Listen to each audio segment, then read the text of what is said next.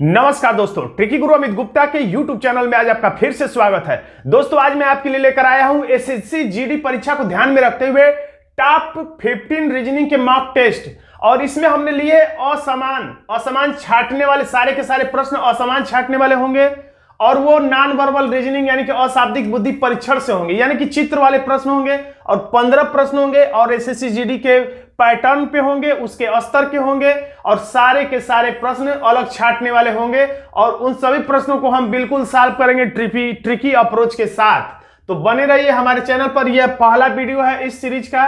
इसमें मैं chapter wise ले रहा हूं 15 प्रश्नों को, ताकि आप एक तारतम्यता बना सके और चैप्टर वाइज चैप्टर अपने सिलेबस को समाप्त कर सके। तो आइए देखते हैं पहला प्रश्न असमान छांटना का। और इसमें आपको अलग छांटना है कि दिए गए चित्रों में से कौन सा चित्र अलग है।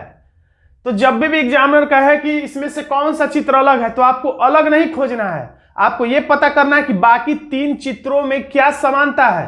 क्योंकि अलग ढूंढने चलेंगे तो दुनिया में हर आदमी को आप अलग छांट सकते हैं। अगर 4 चित्र है तो चारों ही चित्रों को किसी के आधार पर आप गलत अलग छांट सकते हैं। जैसे इसमें कह देंगे कि ये वर्ग है जिसमें कि ऊपर का भाग काला और किसी में नहीं। इसमें कह सकते हैं ये वर्ग है, ये वर्ग के भीतर गुणे का निशान है और ऊपर काला है इसलिए ये अलग है। इसमें कह सकते हैं ये नीचे काला है वर्ग में, वर्ग के गुणे के निशान में 1/4 भाग नीचे काला और किसी में नहीं काला है, तो यही अलग है। या इस वर्ग के भीतर 4 वर्ग बने हैं और एक उसका 1/4 भाग काला है और किसी में ऐसा चित्र नहीं है। यानी सभी चित्रों को कहा जा सकता है कि अलग है। मेरे कहने का मतलब यह है कि जब अलग छांटने के लिए कहा जाए तो आप अलग अलग मत छांटिए। बाकी आप ये छांटिए कि 3 कौन से ऐसे विकल्प हैं जिसमें एक समानता होगी।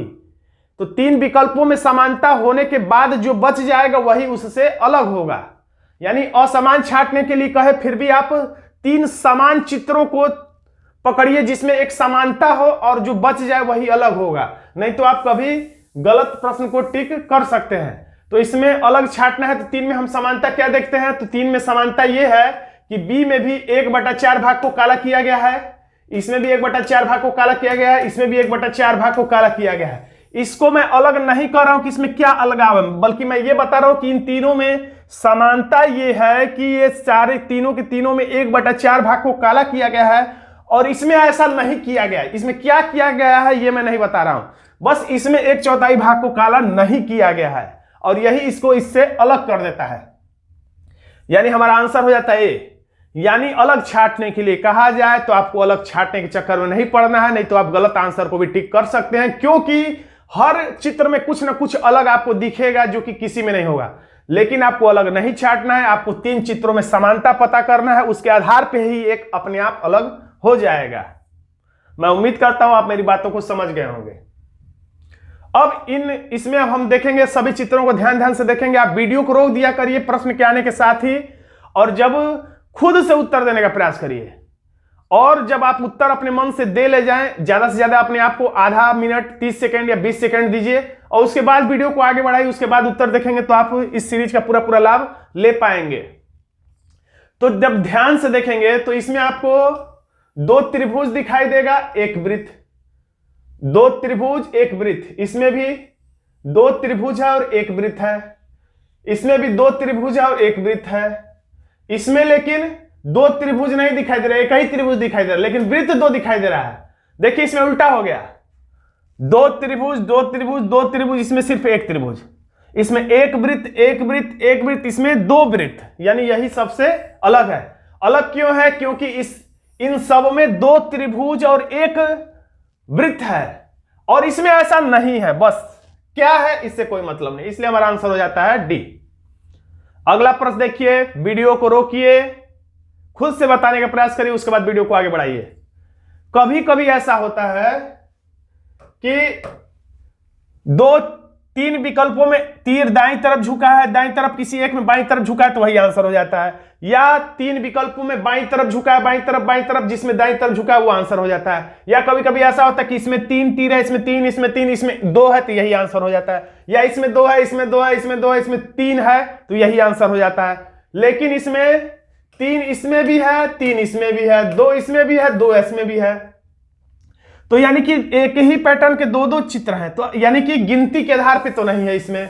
अब झुकाव के अगर आधार पर देखा जाए तो दाएं झुका हुआ ये है, ये भी दाएं झुका हुआ है, ये भी दाएं झुका हुआ है, बाएं झुका हुआ केवल यही है। तो एक तरीके से आप कह सकते हैं कि हमारा आंसर बी हो जाएगा, क्योंकि ये दाएं झुका है, दाएं झुका, दाएं झुका, ये बाएं झुका है, तो यही हमारा आंसर है। लेकिन कभी कभी हम लोग जो सोचते हैं वो आंसर नहीं भी होता है, क्योंकि कुछ प्रश्न ऐसा बनाया जाता है कि गलत हो जाए। तो झुकाव के आधार पर इसको टिक नहीं करेंगे। तो ये किस आधार पे है, तो इसमें दो तीर बड़े हैं तो एक तीर छोटा है, यानी कि कोई ना कोई एक तीर छोटा एक तीर बड़ा है।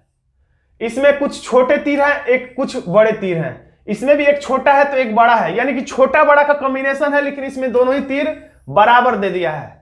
तो अब आपको परीक्षा हाल में ये डिसीजन खुद से लेना होगा कि कौन सा तथ्य प्रभावी है। आपको ये बात ज्यादा बड़ा लग रहा है कि दाएं तरफ झुका, या इसमें जो बाएं तरफ झुका है वो आंसर होगा इस आधार पे, यानी झुकाव के आधार पे आंसर होगा, या छोटे बड़े में समानता या असमानता के आधार पे आप टिक करेंगे।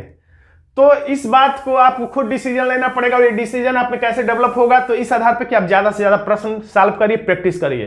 तो अगर ये झुकाव के आधार ही पर पूछना था इसे, तो इसने छोटे बड़े तीर क्यों बनाए हैं, किसी में छोटा तीर, किसी में बड़ा, किसी में छोटा या बड़ा, या इसने केवल संख्या में सब अगर दाएं बाएं के आधार पर होता तो सिर्फ इसमें एक ही तीर बना देता, इसमें सिर्फ एक ही तीर बना देता, इसमें सिर्फ एक ही तीर बना देता, और इसमें भी एक ही तीर बना देता, तभी आंसर हो जाता। या बनाया भी इसने तो तीर को छोटा बड़ा क्यों बनाया, तो छोटा बड़ा बनाने के पीछे भी तो इसका कोई तर्क होगा, और उसी तर्क का हमें पता लगाना था, और वही पता हम लोग लगा के बता दिए कि तीर छोटे बड़े के आधार पे आंसर हमारा हो जाता है डी।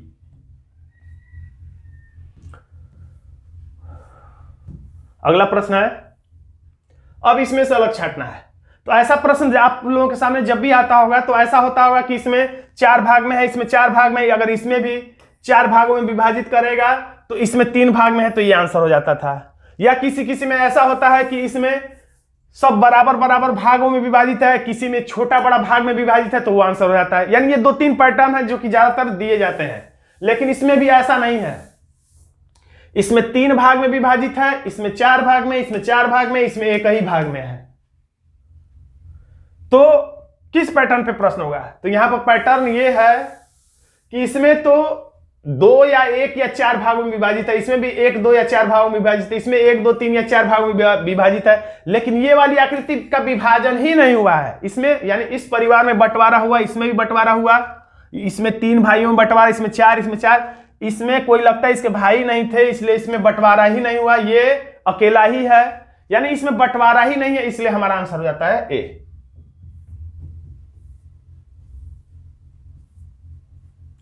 इस प्रश्न को देखिए, वीडियो रोकिए, अधिक से अधिक 5 सेकंड में आप इसका उत्तर आराम से दे सकते हैं। आसान सा प्रश्न है, और जो पैटर्न बताया जाए उस पैटर्न को थोड़ा सा दिमाग में रखने की कोशिश करिए, ताकि जब दोबारा प्रश्न उसी पैटर्न के आधार पर होंगे तो आप आंसर आसानी से टिक कर ले जाएंगे। तो इसमें ध्यान से देखेंगे तो काला वाला जो भाग है एकदम आमने सामने, यानी कह सकते हैं 180 अंश के कोण पर, या आमने सामने है, कुल मिला के ये भी एकदम आमने सामने है, यानी 180 अंश के कोण पे है। इस वाले में भी आमने सामने, यानी कि एक सीधी रेखा बन रही है, लेकिन इसमें इधर से भी सीधी रेखा नहीं बन रही, इधर से भी सीधी रेखा नहीं बन रही है, यानी कि ये आमने सामने काला भाग इसमें नहीं दिया, इसलिए हमारा आंसर हो जाता है सी। पैटर्न को दिमाग में बैठाइए, क्योंकि जब प्रश्न परीक्षा में आपके सामने आएगा तो जितना आपने प्रैक्टिस किया होगा वो सारे पैटर्न प्रश्न को देखते तुरंत जो पैटर्न पे आधारित वो प्रश्न होगा तुरंत आपके दिमाग में अवचेतन मन से आ जाएगा। तो ज्यादा से ज्यादा प्रश्न प्रैक्टिस करिए ताकि आपके अवचेतन मन में ज्यादा से ज्यादा प्रश्न इकट्ठा हो। इस प्रश्न को 5 सेकंड में बताया जा सकता है। ध्यान से देखिए, वॉलीबॉल एक लड़का खेल रहा है। जो लोग वॉलीबॉल खेलते होंगे, फुटबॉल खेलते होंगे तो उन्हें पता होगा। तो फुटबॉल में ये जो है गेंद छुपा के ले जा रहा है, ये भी पैर के पीछे गेंद छुपा के ले जा रहा है, ये भी खुद छुपा के ले जा रहा है, लेकिन ये पैर के आगे रख रहा है गेंद को, तो इसलिए हमारा आंसर हो जाता है बहुत हंसते हंसते ए। अगला प्रश्न देखिए, वीडियो रोकिए, खुद से उत्तर दीजिए, तब मेरा आंसर सुनिए। तो देखिए, इसमें कभी कभी ऐसा होता है कि बाहर की भुजा कितनी है, भीतर की भुजा कितनी है, या कभी कभी होता है कि बाहर भुजाओं वाली आकृति, भीतर कोई वृत्ताकार आकृति है। तो यहां पर देखिए, सबसे पहले बाहर कितनी भुजा है, तो ज्यादातर भुजाओं की संख्या के आधार पर होता है, तो 5 भुजा, भीतर 4 भुजा। इसमें बाहर षटभुज है, भीतर 4 भुजा है। इसमें बाहर चतुर्भुज है, भीतर पंचभुज है, इसमें बाहर षटभुज है, भीतर चतुर्भुज है। तो एक क्वालिटी तो ये देखने में मिल रही है कि बाहर ज्यादा भीतर कम, बाहर ज्यादा भीतर कम, बाहर ज्यादा भीतर कम, और इसमें भीतर ज्यादा बाहर कम। ध्यान से देखिए, 5 से 4 कम है, 6 से 4 कम है, 6 से 4 कम है, लेकिन इसमें 4 से 5 ज्यादा है। तो इस पैटर्न पे भी प्रश्न होता है, दिमाग में आप बैठाइए। अब दूसरी बात ये भी कह सकते हैं, इसके भी भीतर 4 भुजा, इसके भी भीतर 4 भुजा, इसके भी भीतर 4 भुजा, और इसके भीतर 5 भुजा। कैसे? यानी ये अलग हो गया, यानी दोनों कारणों से, किसी भी कारण से आप समझ सकते हैं। आंसर हो गया सी। अगला प्रश्न घना घना सा है, तो घबराने की जरूरत नहीं। परीक्षा में देखते कुछ लोग प्रश्न को देखते घबरा जाते हैं, घबराने से आपका उत्तर आते हुए भी गलत हो जाता है। देखने में कठिन लग रहा लेकिन है आसान। ध्यान से देखिए और उत्तर बताने का प्रयास करिए। तो ध्यान से देखिए, 3 बिंदु, 3 6 बिंदु और 2 8 बिंदु, 3 3 6 और 2 8। यह डिजाइन भी देख लीजिए, 3 3 6 और 2 8 बिंदु, लेकिन इसमें 8 से ऐसे ही ज्यादा बिंदु दिख रहे हैं, यानी कि यह हमें गिनना नहीं कितने बिंदु है, कुल मिलाकर दिख रहा है कि 8 से ज्यादा बिंदु है। या ऐसा डिजाइन नहीं है कि 3 3 और बीच में 2। तो डायरेक्ट आंसर हो गया सी। अगला प्रश्न है, वीडियो रोकिए, उत्तर दीजिए, वीडियो आगे बढ़ाइए। तो इसमें देखिए,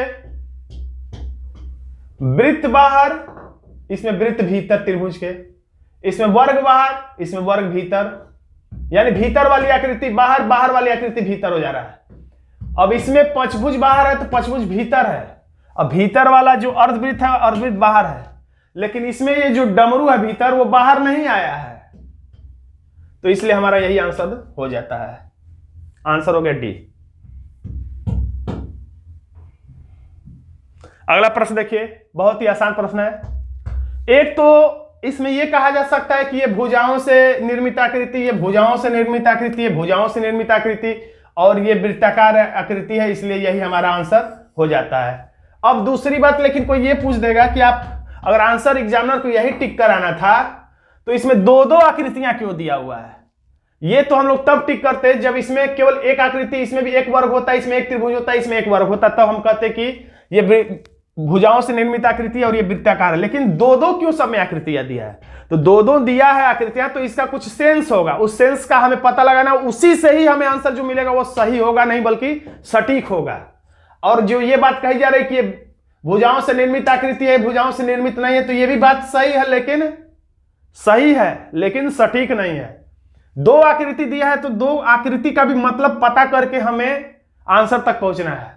तो ये एक दूसरे के भीतर थोड़ी बहुत समाहित आकृति, ये भी कुछ समाहित आकृति, जैसे न्याय वाक्य में कुछ वाला चित्र बनाते हैं वैसा कुछ है, और इसमें न्याय वाक्य वाला कुछ वाली समाहित आकृति, जैसे कुछ पेड़ पौधे हैं, कुछ बंदर लड़के हैं, कुछ बंदरियां लड़कियां हैं, तो ये वाला ये सारा चित्र है। लेकिन इसमें तो ये सभी वाला चित्र बन गया, सभी कुत्ते बंदर है, सभी बंदर बिल्ली है, ये वाला, यानी कि एक दूसरे के एकदम भीतर चला गया है, जबकि कुछ भाग इसमें होना चाहिए था।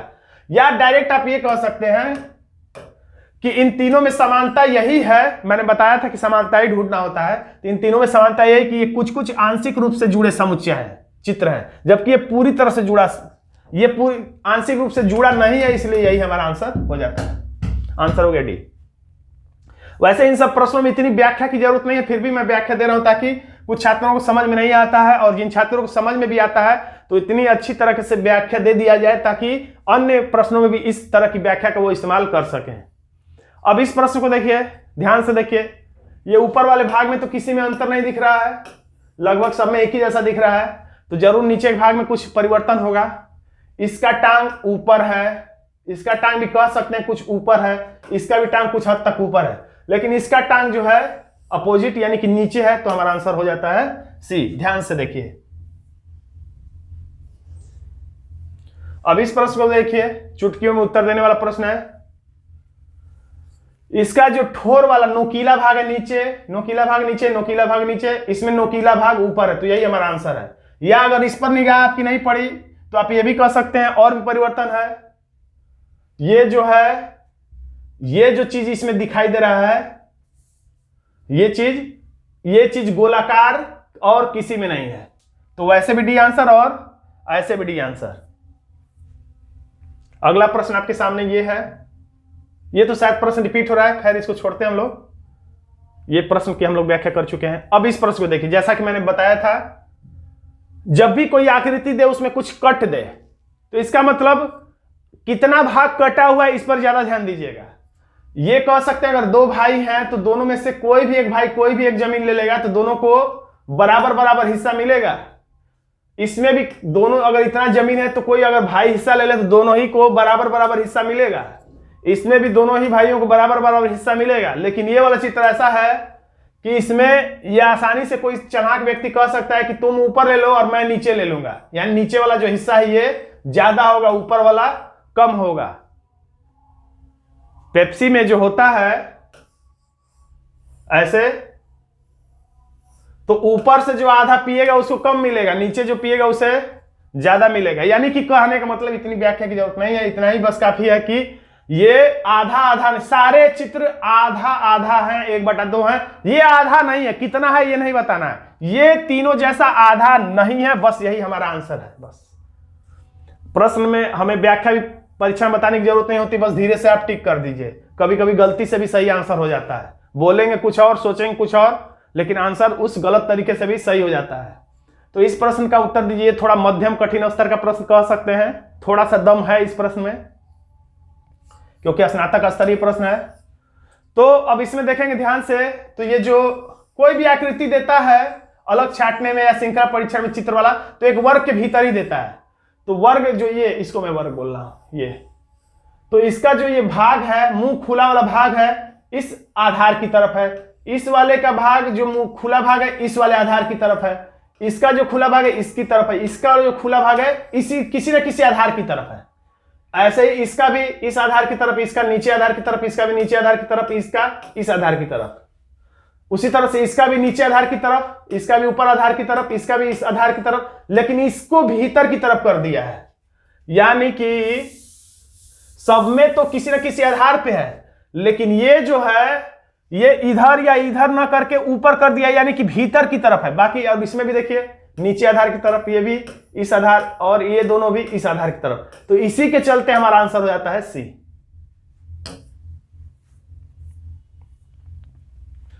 तो दोस्तों आज का छोटा सा वीडियो आपको कैसा लगा कमेंट बॉक्स में जरूर लिखिएगा। वीडियो अच्छा लगा तो वीडियो को लाइक कर दीजिएगा, इसे अपने दोस्तों में शेयर कर दीजिएगा।